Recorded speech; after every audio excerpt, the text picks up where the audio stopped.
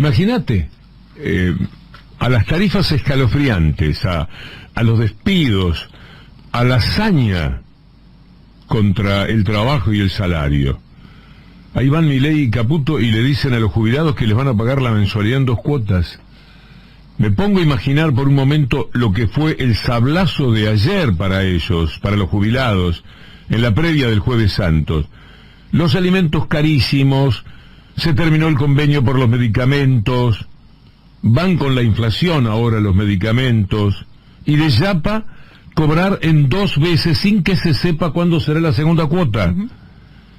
La crueldad de Milei, como su estupidez, que él mismo exagera, se le va la mano, se hacen insoportables.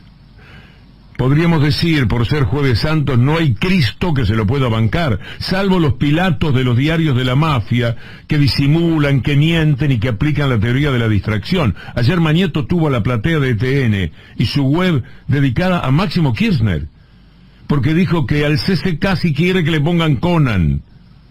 La teoría de la distracción de Chomsky, llevada a la máxima expresión. Mirá para otro lado, mirá un Kirchner, no mires a Milei.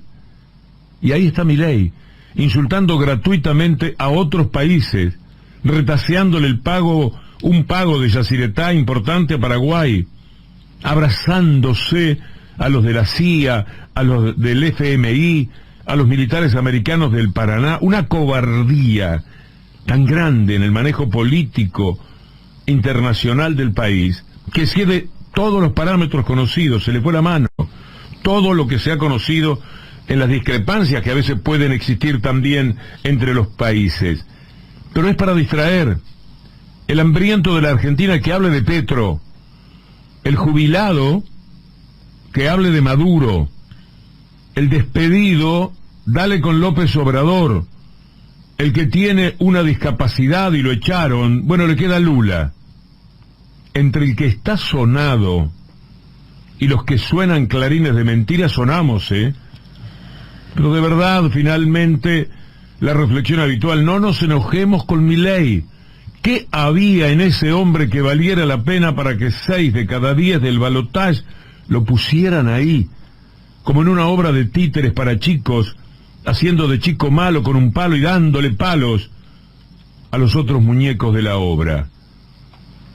Pero el tema más fuerte, sin lugar a dudas, es el pago en 2 cuotas a los jubilados. Es un grado de crueldad absolutamente insoportable. Recordemos que los jubilados fueron la variable de ajuste para llegar al superávit en enero, o sea que siempre lo utilizan de acuerdo a como les convenga. ¿Saben desde cuándo no tenían problemas de cobrar los jubilados en una sola cuota, como corresponde por otra parte? Desde el año 2003. Malena Galmarini sacó un tuit en el que dice que en el 2001...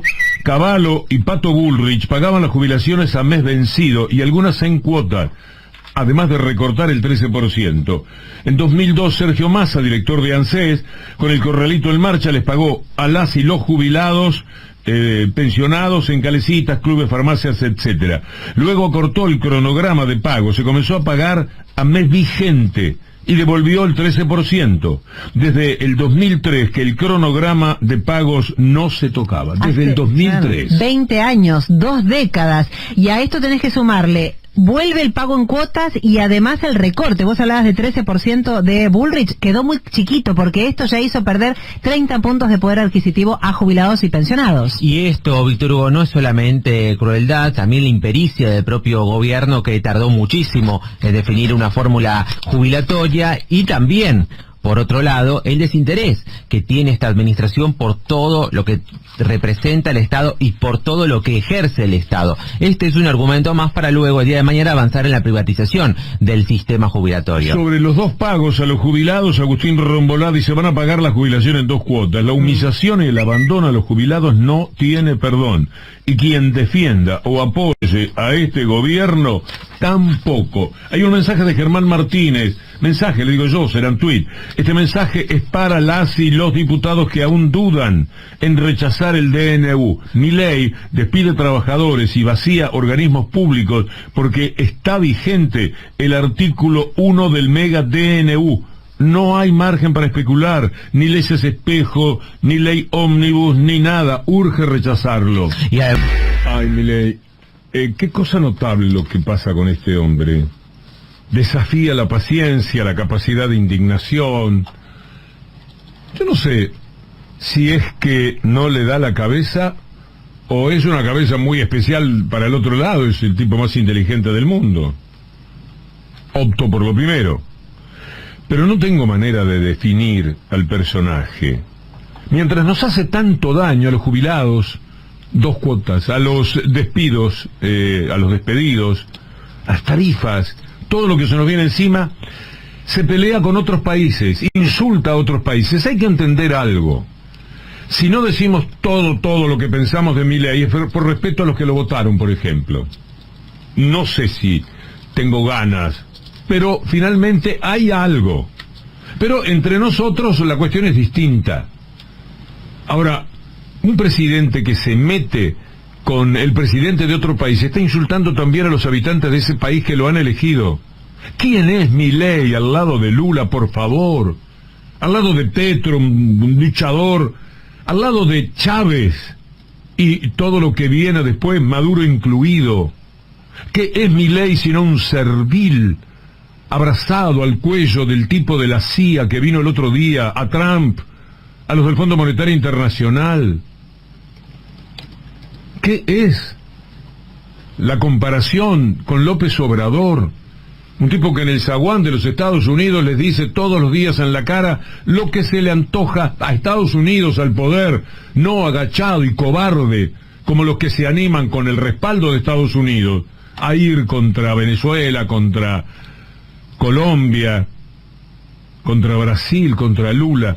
Da mucha vergüenza. Él sabe que el establishment de las mafias mediáticas, esas que ahora va descubriendo, están a favor de eso, porque viven de eso, viven de la patria internacional, de los bonos, de los préstamos, de las deudas, del inmenso poder y dinero que cosechan día por día.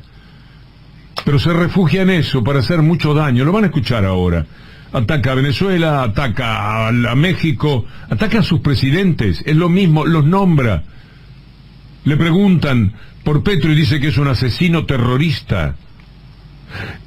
Aplicable para personas que están en su gobierno si uno quisiera dar esa vuelta, que no da nunca, porque no es ni siquiera necesario localmente.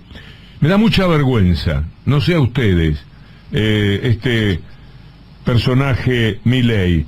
Y además busca roña en lugares muy inconvenientes, se mete con el tema Israel-Hamás, que cada día es más doloroso. Ni Estados Unidos se está respaldando a Israel. Netanyahu se está quedando solo en esta guerra que le sirvió en determinado momento, pero que ya no le está sirviendo, porque es un espanto internacional que no se puede sobrellevar.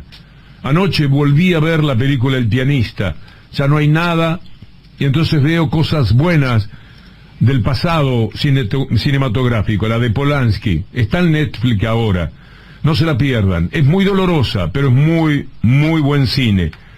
Y mientras miraba lo del gueto de Varsovia, pensaba en el gueto también de Gaza, cómo la historia da esta vuelta para que Netanyahu, para que el gobierno de derecha de Israel llegue a esta continuidad de aquella venganza que en lo humano, en algún lugar, podía entenderse después de lo del 7 de octubre, porque eso fue muy criminal.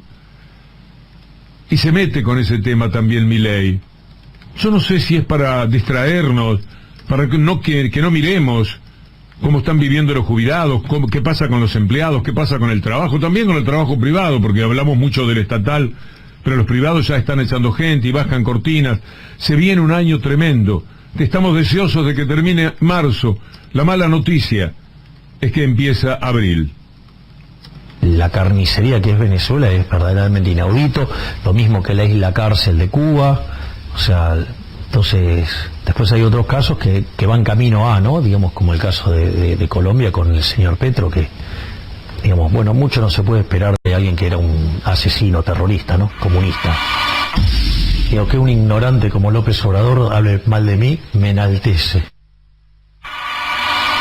Una de las cosas que yo hice desde un primer momento fue repudiar el ataque terrorista del grupo terrorista Hamas. No solo eso, sino que además, obviamente, manifesté mi solidaridad con Israel, y una de las cosas que sostuve desde el primer momento es avalar el derecho a la legítima defensa de Israel. Es decir, Israel recibió un ataque brutal, y este tipo de cosas requieren respuestas ejemplificadoras.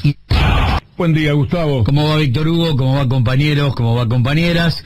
Me gustaría arrancar con dos frases. La primera, a pedido de Cutufós, que recién estábamos hablando de Milei, Colombia, Venezuela, México, pero esencialmente los embates sobre Petro y sobre AMLO. Cuando hablamos de Milei, el loco, no hablamos de un win derecho. En algún momento vamos a tener que profundizar el asunto, pero no es un win derecho, ¿sí? No es esa locura de la chispa del creador, ¿eh? Acá tenemos otro problema que lo hace incompatible con la función pública. No es un win derecho. Y la otra frase es un cachito de la canción de Gabriel Torres, dedicada a Milagro Sala, que dice que no la olviden los olvidados. Y sobre eso quiero hablarte en función de los despidos a estatales. Porque ayer fue un día de furia, el primero entre muchos días de furia que prometen. Y yo no vi tensión ni social, ni un clima complejo, y eso me llevó a los 90, cuando obviamente, golosina de la convertibilidad mediante, se llevaron todo. Fue la Argentina el único país que cedió su petróleo en tiempos de paz en el siglo XX, el único. Fue la Argentina el país que perdió 300 pueblos a través de la pérdida de los ferrocarriles, y puedo hacerte una lista enorme, y la verdad, salvo el momento en que los piqueteros empiezan a hacer visible la pelea, y ya era medio tarde, yo no vi esa tensión, y tengo miedo que vuelva a repetirse. Es cierto, no está la golosina de la convertibilidad, que genera que la heladera avise cosas que antes no avisaba. Pero lo que pasó en el día de ayer, los escuchaba recién, la verdad que tiene que ver con un grado de locura, mientras Adorni dice, hicimos un análisis quirúrgico, echaron embarazadas, echaron discapacitados, echaron gente de planta que había entrado por concurso, echaron delegados, una locura pero total, y lo hicieron a través, y esto no es casual, en esto no están locos, de algún telegrama, pero mucho mensaje de Twitter, algunos por mail, y tenía razón Massa, no saben lo que es el GEDE, que es el único lugar donde queda registrado. Por ahí yo los estoy subestimando, y no lo hicieron a través de la gestión documental electrónica porque no quieren dejar huellas. Cuando esto se vaya sabremos a través de los medios de comunicación del dolor, pero no habrá ningún dato que diga, y mira, no renovaron contratos. Con eso seguramente la historia los apañará, los cobijará, y hasta luego. Es el gran triunfo del capitalismo, del neoliberalismo. Fragmentar a la sociedad, estratificarla de tal manera que también esa indiferencia sea otro golpe que reciben los que se quedan sin trabajo. Sí. No solo que no tenés el sueldo, no solo que no sabes cómo decirle a tu mujer si sos el jefe de hogar, o a tus hijos si sos la jefa de hogar. No sabes cómo decirle, mirá, me echaron, ¿qué hacemos? Imagínate la mirada entre esas dos personas y sus hijos cuando tienen que plantearse que la semana siguiente no van a tener lo necesario, aunque sea para comer. Y no podés afrontar la vida pensando ni en tu hermano, ni en tu amigo, ni en nadie, porque están todos igual en el sector de pertenencia que tenemos. Ahora, el que no tiene una pertenencia directa con esto se torna indiferente. Y este es el éxito. Haber creado seres que están solos. El neoliberalismo es de gente que se queda sola. Se queda solo y ya no sabe ni a quién recurrir y no tiene ni ganas. El que lo padece de una manera directa, y está solo también el que tiene que mirar para otro lado, mirar para el costado, porque no sabe hasta qué punto puede intervenirlo, ya no sabe ni cómo ayudar. Hay otro dato que es nodal, Víctor Hugo, y también es un triunfo del neoliberalismo. Nadie siente que el Estado le pertenece.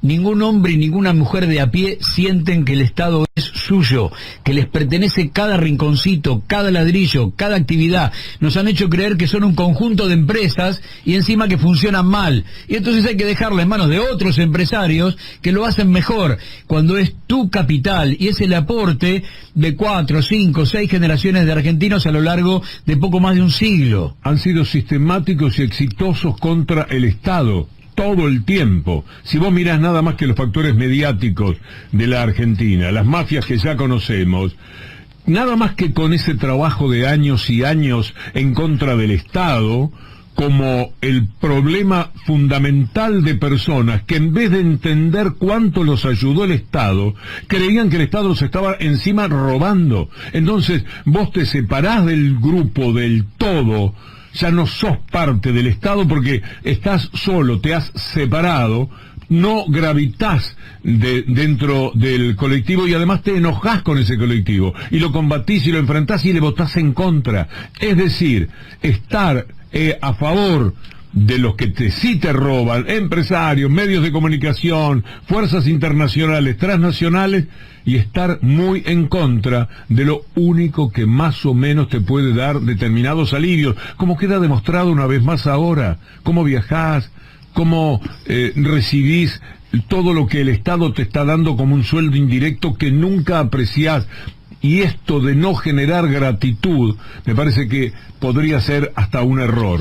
A lo Prat Gay, con aquello de la grasa militante, volvieron con el tema de los ñoquis, pero además a plantear que todos esos ñoquis son parte de la caja política, son aguantadero de militantes, dijo en el día de ayer Capital Humano, cuando tuvo que plantear por qué cerraban 60 centros de referencia en todo el país, porque eran aguantaderos militantes. Mirá, si para algo sirven las redes en estos días, es para ver escenas que no, la verdad, nunca se dan con un ñoqui. Nunca, jamás, nunca hay llanto, nunca hay abrazos, nunca hay aplausos. Se quiere a cada uno de los que han perdido el Estado y esas imágenes demuestran un cariño que generalmente el ñoqui, si vos sabés que hay uno o dos, genera odio. Vos estás viendo hoy escenas como las que viste en 2016, en parte de 2017, que tienen que ver con el amor al compañero o la compañera,